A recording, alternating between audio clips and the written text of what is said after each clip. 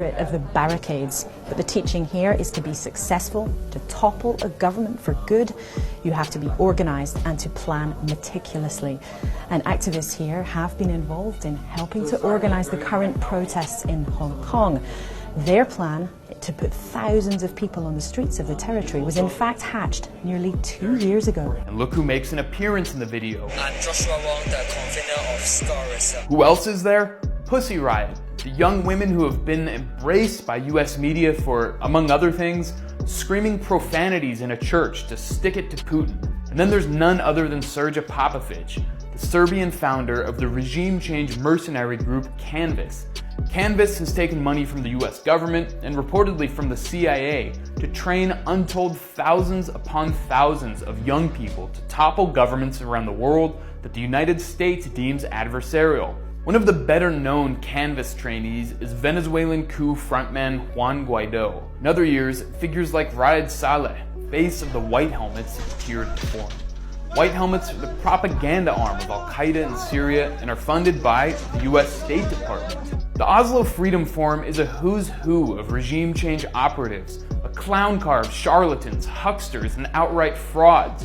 Past guests include Bill Browder, who stole hundreds of millions of dollars from Russia and renounced US citizenship to avoid paying taxes. In 2010, longtime Venezuelan opposition leader and convicted felon Leopoldo Lopez spoke, and the Oslo Freedom Forum itself was founded by Lopez's cousin Thor Halvorsen. Sounds like the Hong Kong protest leadership is part of an organic and grassroots movement, right? But what about the issue of police violence? Even if the protests are largely funded by the United States, that doesn't give cops an excuse to crack skulls.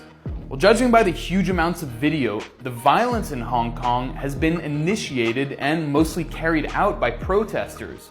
When they occupied the airport, they took a journalist captive and took turns beating him unconscious for hours.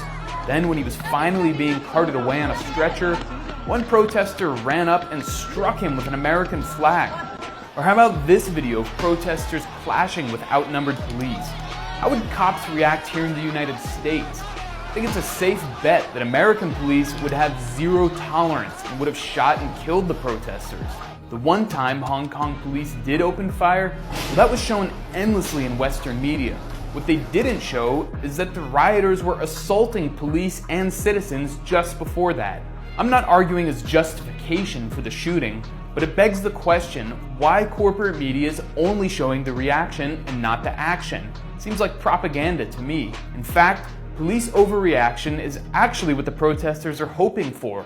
One of them spelled it out in the New York Times, calling it marginal violence theory. It calls for use of the most aggressive, non-violent action possible to push the police and to thoughtfully escalate non-violence. Maybe even resort to violence to push the government to the edge. Watch what Joshua Wong says after he's asked to condemn the violence the protesters have used. I would say that instead of blame or condemn on any behavior of protester, I prefer to find out the solution and through the trial and error process, and to let us to realize that even protester, they will have the incentive or intention to have self-defense or self-protection. But how to use force and also keep and maintain public support is matter for us. As we've seen, the protesters have gone far beyond mild force. Hong Kong's police have been relatively restrained. There have been injuries on both sides, but that's all. There haven't been any deaths. Compare that to, say, the Gaza Strip, where Israeli snipers have shot thousands upon thousands of unarmed protesters and killed 213 Palestinians, including children and medical personnel. So let's call what's happening in Hong Kong what it is. It's not a pro-democracy movement.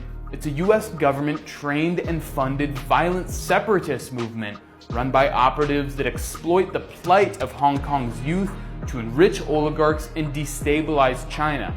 All in all, either the Hong Kong protest leaders are part of an international group of billionaire-funded regime change operatives led by the United States government as part of a Cold War agenda, or Donald Trump is actually a great liberator of Hong Kong.